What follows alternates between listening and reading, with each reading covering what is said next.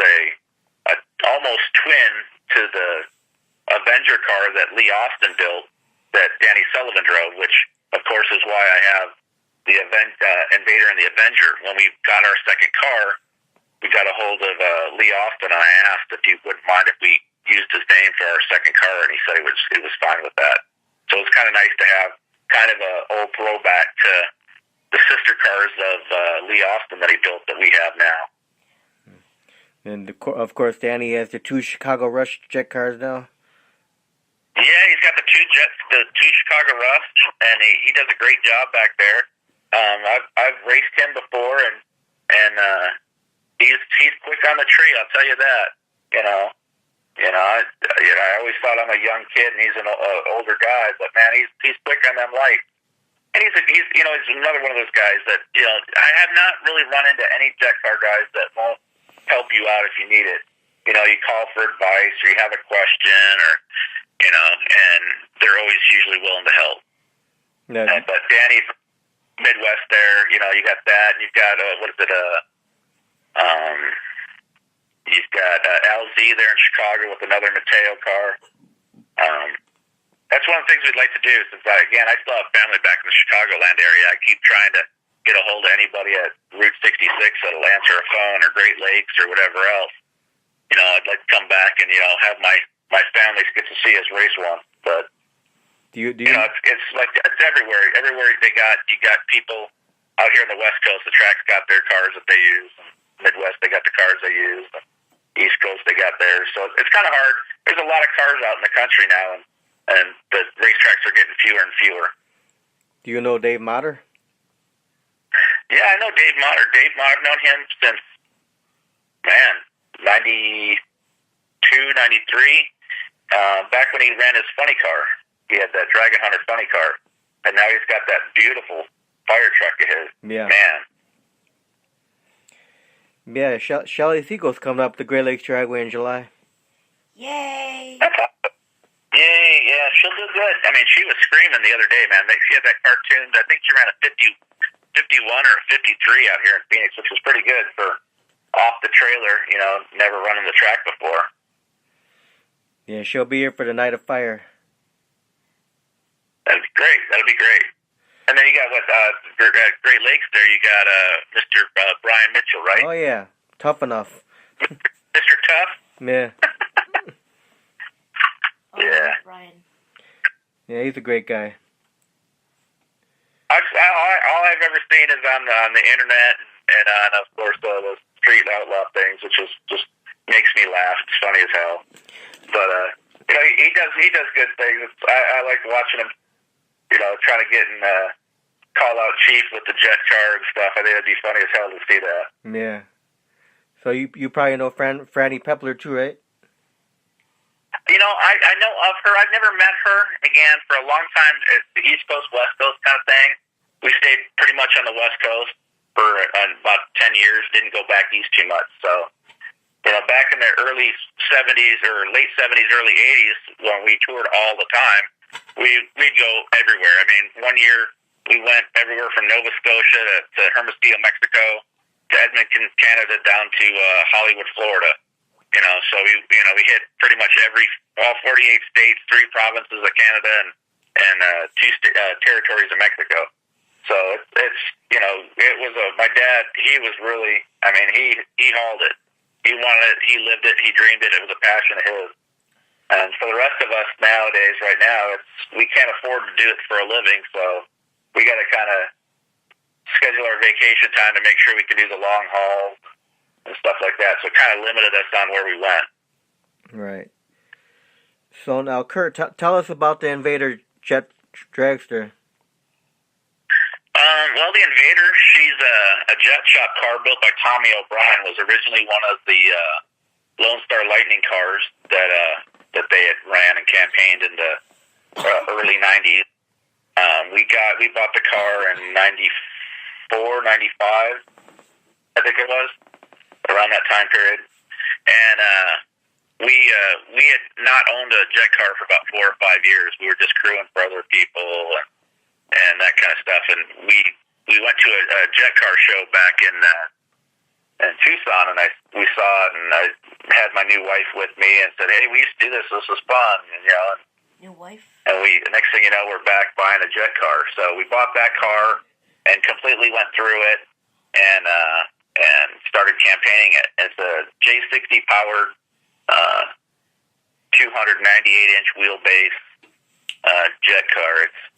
She's a very consistent car. She's not the fastest one out there, but she gives most of them a run for her money. We try not to lean on them on parts because we're running on a budget. So, she typically will run out here at Phoenix. She'll run in the 290 mile an hour at Phoenix in the 550 range, maybe high 540s. We'll run.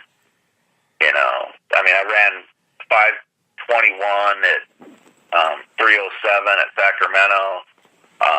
We've done over 350 at air shows. She's a mover and a shaker, but she's a nice, solid, dependable car. We were going to build a couple other cars a few years ago, and I got about 3/4 of the way down with a brand new car, and I just looking at the new chassis and looking at the old car. It's like a old favorite. I felt like I was cheating on her, so I never finished the other car. So, you mentioned new wife. So, how many times you been married? Play a pimp? Oh, no, well, we were newly married. I've only pulled the trigger once, and trust me, once is enough. Okay. I'm still married. I have 3 kids and 2 grandkids, and, so... Are the kids and grandkids involved in the racing? My grandkids are tiny. They're still, 3 and 4, so they're not involved in racing. But my older daughter, she's married and with grandkids, so no, she's not involved. She likes to come. And then my next daughter, she just graduated from high school and she's going to culinary school. She likes to come out to the races when she can. She enjoys it when she's there. And then my son, he wants to do stuff with it and wants to drive. And one of the things is we had a very strong philosophy that my dad put down to us. It was, you're never just given a ride. If you wanted to drive a car or do that, you had to put your time into it and work it and really show and be aggressive on wanting to drive, because, a lot of people throw their kids into these things, whether it's junior dragsters or, door cars or jet cars, and, just like anything, they can hurt you. And a lot of times kids, when they're growing up, want to do things just, to appease their parents because they think that's what they're supposed to do. So we wanted our kids, to do what they wanted to do. And if they were really interested, they had to be aggressive and work for it. And they love going to the races, don't get me wrong. But it's just, they don't really have the strong passion for it. And it's one of the things, we made it, my dad kind of made it difficult for myself and my brothers to get our license too. When I went to go get licensed, again, I never drove anything as a dragster. I took, my dad sent me to the, Bondurant courses and all that kind of stuff, so I know how to drive and I could drive fast. But never was like a drag in a top fuel or super comp or a Conorail or any of that kind of stuff. So when we went to learn, I think I had anywhere between 50 and 60 passes in the car before he let me go get my license with NHRA. NHRA, you have to have, your 12 passes to get your license, and anybody can turn around. If you can get into a car, you can convince somebody to let you go get a license in it. You don't have to have one run in it before you can go get licensed.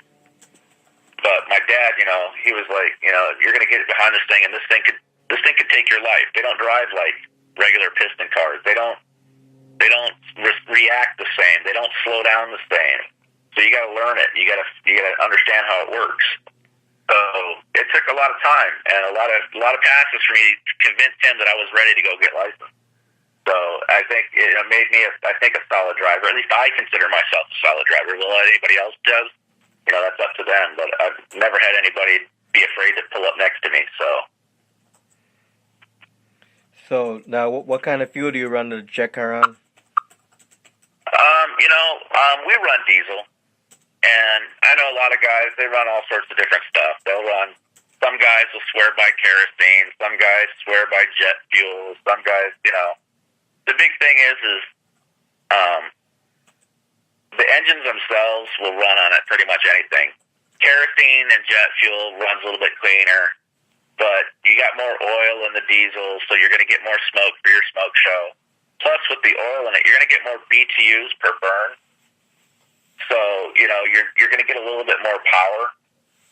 Plus, you buy jet fuel that has all the other additives for like anti-ice agents and biologicals and stuff like that.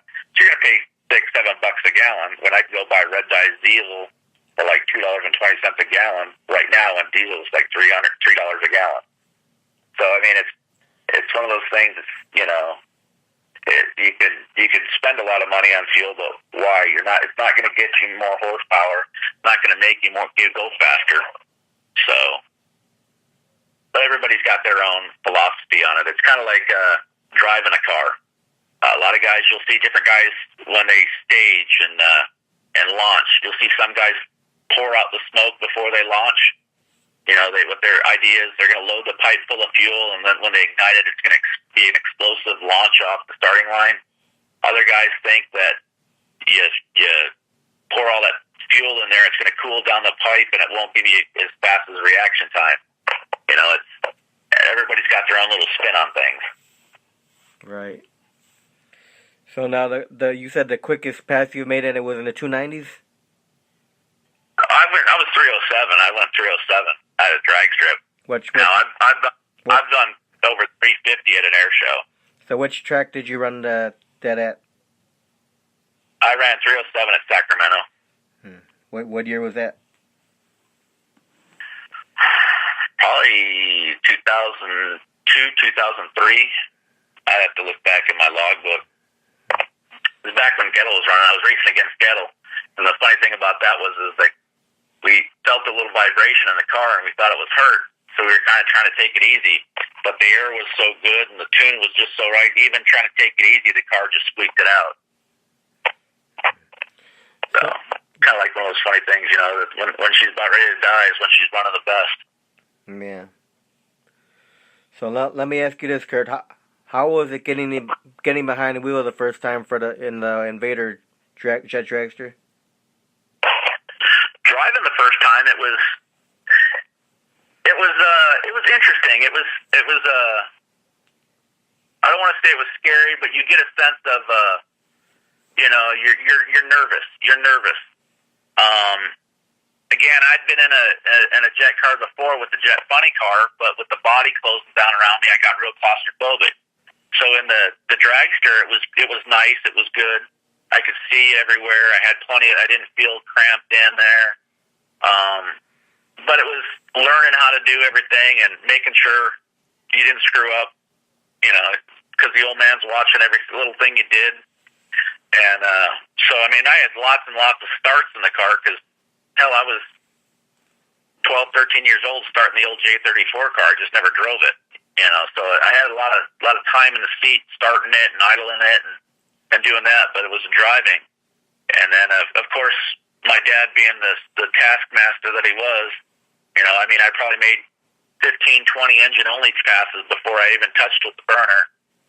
But he'd be like, okay, I want you to go out and drive out to 200 feet and shut it off. And he goes, not 201, not 190, I want 200 feet. And he'd be out there, and if I clicked off too late, he was up all of my shit like you'd not believe it. Like, you're not listening to me. You got to do exactly as I say. So, the car didn't scare me as much as the old man did. So how did you come up with the name Invader? Back in the day when we bought the original Invader, we bought Billy Matteo's second Chicago Fire car, which was built by Lee Austin as a J34 car. And Billy had that car flying, and he crashed it and broke the front end, broke the spindles and all that stuff. And my dad and Jim Deese partnered up and bought that car. And at that time, we had just moved to Southern California, and we were trying to come up with, new names. And my dad had always had a theme. So, like, with his first jet car was the Emergency One, which was an old school type where you sat in front of the wheels, just like the old Green Mamba. But it was all aluminum bodied up to look like a fire truck. So it was